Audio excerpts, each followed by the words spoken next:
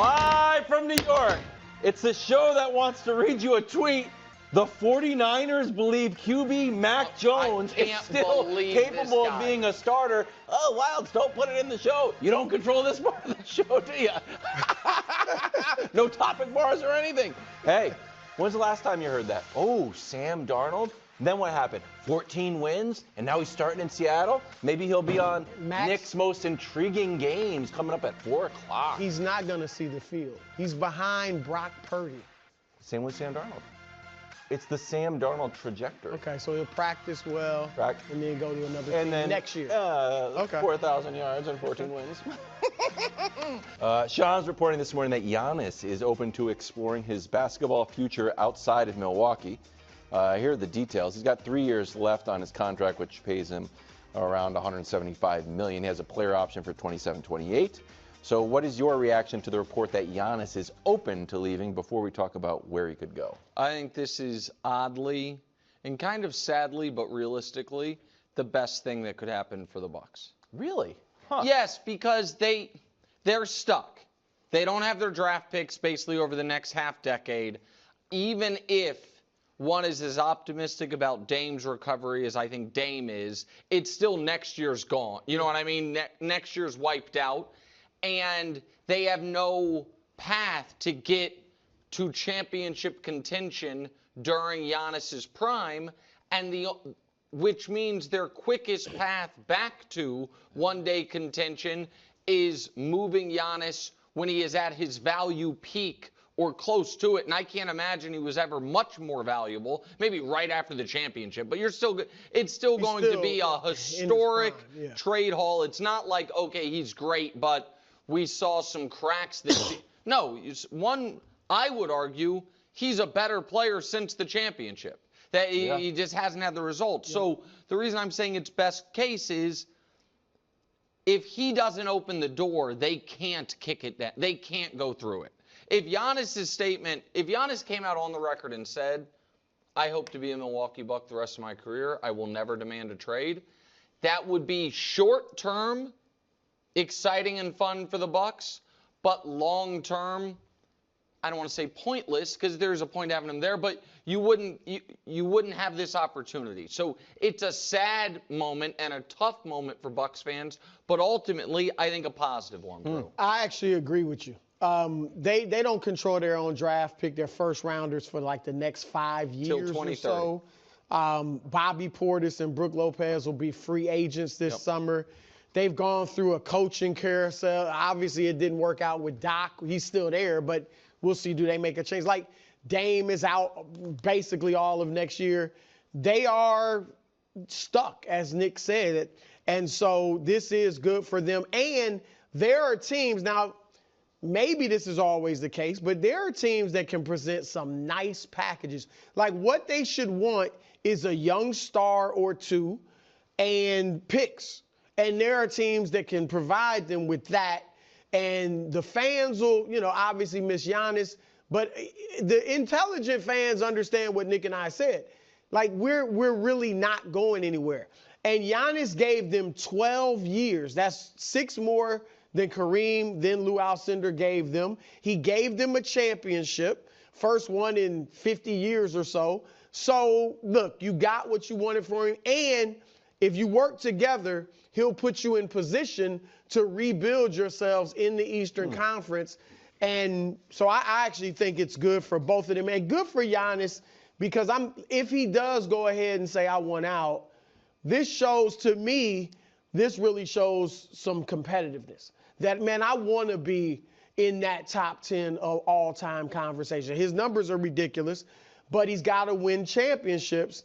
And, you've heard Bobby Portis said he wants to win a bunch of championships. I don't know if it's Portis, but somebody said he wants to. And Portis said he wants to stay in one place. But I think he's got to get out of there. The time is now. All right, just before we move on to the teams where he could go, is there any possible way that the Bucks could do something, whether it's Dame's contract or they just mortgage the future even more than they already have, that Giannis can get more help, or is that just I don't think that As long as probably forever there's only been one Frosty. Because what would we even do? Add a bunch of new swirls and mix-ins like Oreo cookies or Pop-Tarts pieces?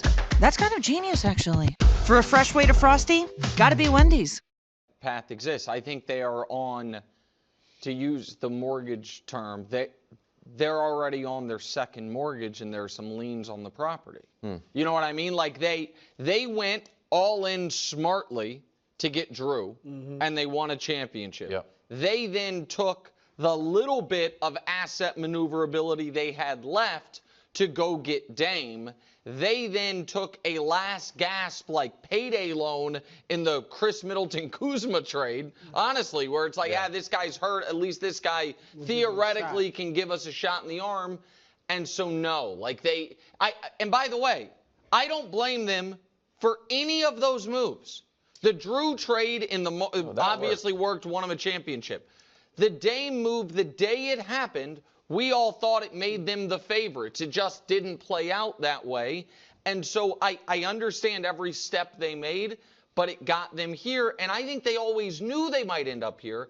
They just thought they'd end up here with maybe 2 championships, which if Middleton doesn't get hurt when they're defending their title, that's hurt them and if a lot. Giannis doesn't get injuries. hurt, in his back a couple years ago, maybe they do. You know what else is interesting? And I'm not saying this to try to pile on Doc Rivers, but Adrian Griffin, their record was much better. Even though they obviously weren't satisfied, they fired him. But they were 30-13 at that point. And they thought they've been significantly less under Doc.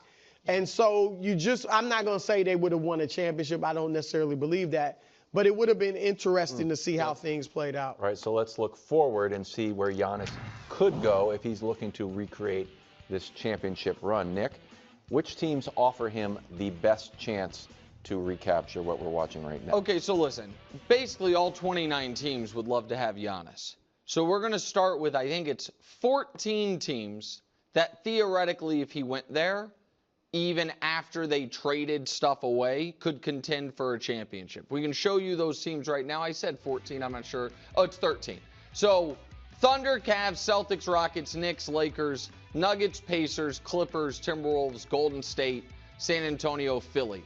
The one team that's not on there people say should be, I might say should be, is Miami. The problem, in my opinion, for Miami is to get Giannis, you have to trade Bam and a bunch of other stuff, and then he's not in a better spot than he is now. So now, Wilds, we're going to do some process of elimination stuff. Here we go. First group to get eliminated is your favorite group. This is the That Damn Apron group. So that takes out Cleveland, Boston, and Minnesota. Those teams, because of second apron restrictions, there's not a trade to be made that's realistic that allows for that, okay? So that group is gone. Even like an Anthony Edwards trade. Anthony doesn't make enough money.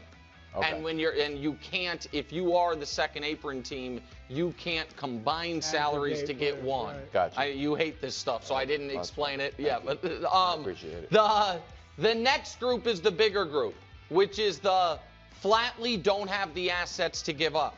So that's the Lakers, the Nuggets, the Clippers, and the Warriors. Like yes, the Lakers could trade Luka for Giannis, I suppose, but that doesn't that's not. For Giannis's purposes, that doesn't put him in a drastically better position, and they're not doing that, especially because they actually can't trade Luka if they sign him to an extension this offseason.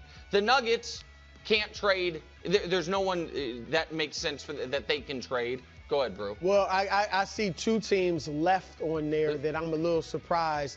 And I know they have played the Knicks. Okay, so I'll get to them in a second. And the Sixers a bit too. Clippers don't have the people to trade, and the Warriors. I know people love talking about the Warriors. The Warriors flatly do not have the assets to trade. So that leaves 6 teams.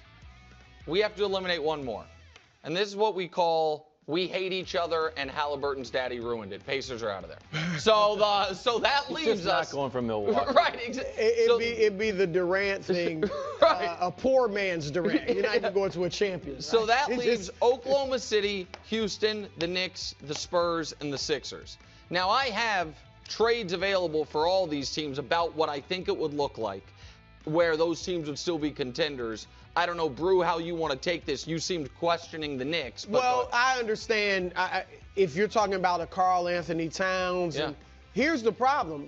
To me, what Milwaukee should be looking for is a young star, And Towns isn't old, he's still in his prime, but getting Karl Anthony Towns is a win-now move. And in any of their other players, Hart, Anunoby, whoever you might throw in, that's about winning now, and I don't think they're going to be ready to win now. So, and then the picks, the Knicks don't have the pick. Right. So throw up the Knicks trade first, and then we can go through some of the other ones. It would be Towns and McBride, and all the Knicks can offer them is swaps, which are not that valuable. But that's I don't want Towns. As good as he is, if I'm starting over, I don't want. Okay, so that leaves us with 4 left. The Sixers one, let's just do that because that's one no one's really talking about, but it's potentially intriguing, which is Maxey, the kid who looked like he was going to win Rookie of the Year. McCain, Ricky counts was just for salaries. And then Philly can include their first this year after they make it, which will be a top 6 pick, unless the lottery odds screw them. The Clippers first rounder in 28, and the ability to swap with the Clippers in 29.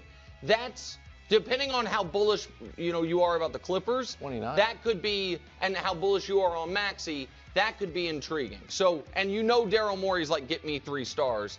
And then before I get to the 2 teams I know you're focused on, here's the most fun one, Kevin Wildes. This one's pretty fun. Now we got Giannis and Embiid on the same team. Giannis and Paul George. But do you want to talk about this one for a minute, Brew, before we get to the other ones? Yeah, I mean, I really like Maxey. It's okay. I wouldn't. I mean, it feels like Milwaukee can do better. Yes, that's the thing. It feels like Milwaukee can do better. So here's the simplest one there is. Send Şengün. I'm not. No. What? Hold on. You were totally. You fine wouldn't with give up Şengün. Şengün. I just want to see a scenario where Şengün stays and plays with Giannis. I don't even know if that's what you're doing. No, that's not what I'm doing, and I'm not even going to Houston yet because I know Brew wants to focus on it. I want to go to a team that it looked like might have been down 3-1 and been called regular season frauds until a pretty good fourth quarter. Throw up the Oklahoma City one. This one's pretty simple. No picks. Giannis for Shea. Giannis for Shea. Why? Let's talk about it. What do you mean why? Why for who? Why give up Shea? If you're Oklahoma City? Yeah. Well, if they lose this round and I think Giannis is better than Shea. He is, but I want both. I can give them Chet Holmgren and a bunch of picks, and we can throw in some other stuff, maybe even Jalen if I have to. But I'm not giving up Shea. So, I just think too, Shea, Chet. I mean, if you want to have Giannis bring the ball up. So here's I think one of the problems for Oklahoma City if you don't include Shea. Nobody else makes a ton, so it's like 4 players you've got to trade. It's because Chet doesn't make enough yet, so it's like Chet plus Dort, plus Caruso, plus another guy. And again, I also don't know how exciting that is to Milwaukee. If you're Milwaukee, you're like, we don't have our picks, we have the league MVP. It feels a little Anthony Davis, Luka. You wouldn't trade Shea for Giannis? I think Giannis is better. I don't think that fits. Oh, okay. Giannis, Chet, Hartenstein. I mean, they're tall as all get out. They were already the best defensive team they in the have, league. Whatever, Johnny. No. 15 first-round picks. And they wouldn't trade any of them. But why not just, I'd give a bunch. I'd give up a ton of picks. I'd give a ton of picks and keep Chet, SGA. If I have to give up Hartenstein, and again, I do agree with you that Giannis is better, but he's also older. He's not about to win the MVP. And Shea he's a great fit there, and I understand that. I just think if I were the Thunder, I'd be like, he's not that much older than Shea, and he's better. And then there's the 2 that Brew likes the most, and the ones everyone's talking about. Houston, which is a pretty straightforward one, and that's the best package so far other than the Shea package. And you're saying you want to keep Şengün. I think Şengün and Giannis are a little redundant. I know. And they neither shoots you have them both on the court at the same time. Yeah. Those Phoenix picks are great. That's the one you want. If I'm Milwaukee, I want, instead of Landau, I want Jabari Smith Jr. Oh, now you're giving up a lot. Hey, you want to get? I mean, you are Houston is right there. I was taking everybody as far as the championship. But then you're not going to get both of the Phoenix picks. Why? If you're I know a beach where, baby, You know what I mean? Okay, maybe. Because at some point you can't give up You can't give up. Şengün's an all-star. Reed Sheppard was a top 5 pick. Those Phoenix picks are wildly valuable. If you're also making me give up Jabari Smith, right? I might give back one of those. I mean, if I can get Smith because he's a shooter, he looked good in the last series. Şengün is inside, can't shoot. Yeah. Reed Sheppard, if I'm Milwaukee, I love him because I actually think he's going to be good. But I'm downplaying him to Houston. Like, I don't know if this kid can play and then get on the court for you.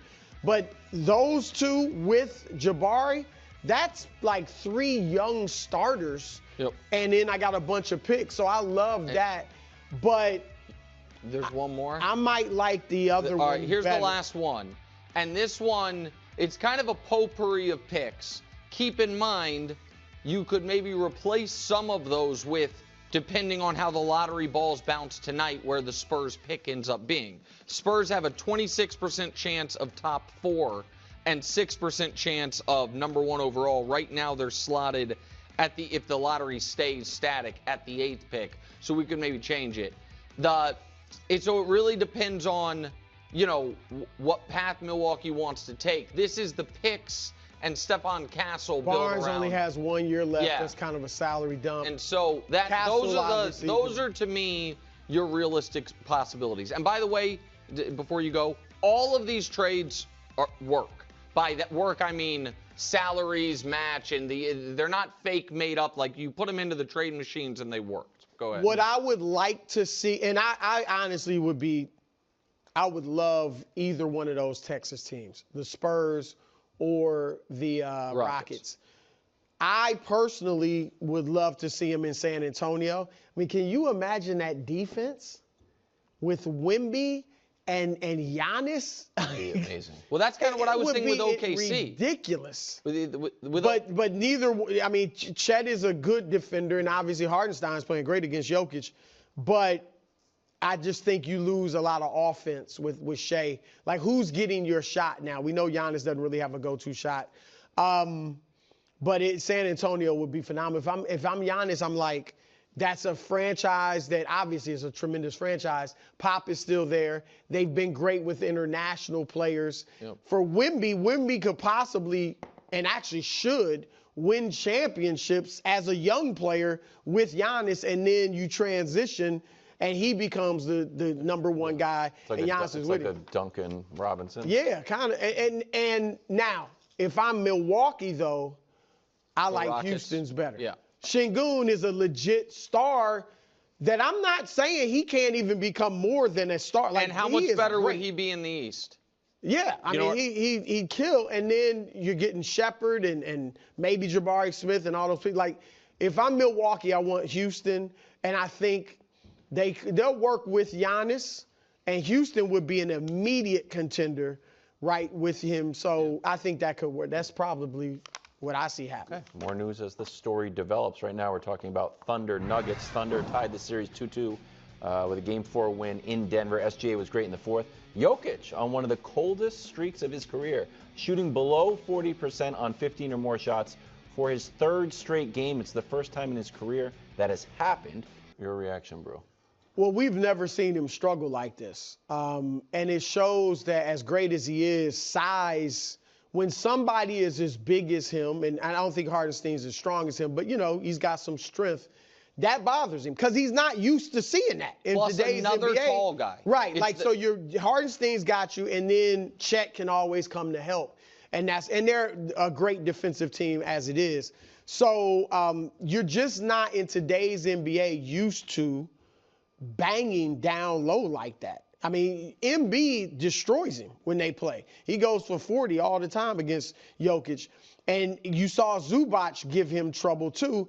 And I think he's a bit, it's not an excuse. I'm not making any excuses for him. But I think it's wearing him down a little bit. And he's having to play a little faster than he's used to playing. And that's why his shots are short. He's missing free throws more than he usually does. But here's the deal. When it comes to Giannis, when it comes to LeBron, when it comes to Luka, we get on them. Steph, when they don't deliver. If they lose this series, and I get it, Oklahoma City, even though I've picked Denver, looks like the better team. Yes. I mean, close, but they are, even the game 3 that they lost, They led most. It's close. You know, Denver would tie it, and then OKC would go ahead. Like they look slightly better, but the games are close enough. And Aaron Gordon's playing the best ball of his life. Jokic is the guy for Denver that's not playing to his normal level. And so if they lose this, it's on him because it's right there for them. They're the more experienced team. And so they can win this if he will be who he usually is. And listen, so a couple of things bouncing off what you said. It's the first time he struggled in a series. Clorox Sentiva cleans like Clorox, smells like lavender, feels like trusted clean, long-lasting freshness. Clorox Sentiva. Since the 2020 Lakers series, where they had Anthony Davis playing the role of Chet Holmgren and Dwight Howard playing the role of Isaiah Hartenstein. Now, you know what I mean? Where it's you could throw two. It's what Darvin Ham thought they were going to do with Rui playing one of those roles. But it was like that. You have a guy who can alter a shot and then a guy who can bump him. Like, that's a hard path for anybody. It is a reminder that in my lifetime, and honestly, Brew, maybe even your lifetime, there's only two guys who went damn near a decade and never had a bad series. Jordan from 90 to 98, LeBron from 12 to 20. Whoever else your favorite player is, it is littered with bad series here, bad series there, and we got kind of, we went straight from Jordan basically into LeBron. Shaq had like a 4-year stretch of it. Duncan had a 3-year stretch of it. But we're talking about 5, 6, 7 years, and it's like, oh, that guy was never bad. It's really only, not even Kareem could say that. So it's not an indictment of Jokic. It is a bummer for Jokic because had he played better yesterday, they're in great shape to win a championship. They're up 3-1. I will be picking them against whomever comes out of the other, not whomever. Well, that'll be interesting because Minnesota's had their number. Yes, but I think Minnesota has played poorly in 4 straight games now, and somehow they're up 2-1. Right, and the East, we don't know who's coming out of it. Like, they were going to be in, you think you know who's coming out of it, but they were going to be, and they still might. I was saying Denver just wants to make it a best of 5, then a best of 3, then a best of 1. But they had an opportunity after scoring 8 points in the first quarter, being up 6 in the third. It's an opportunity to seize control when Shea wasn't good and Jalen Williams was terrible, and they couldn't quite close. So that's just a bummer. It's not an indictment on him, but it's a bummer. Thanks for watching. Subscribe here to get more from the show and to check out clips from other shows on FS1.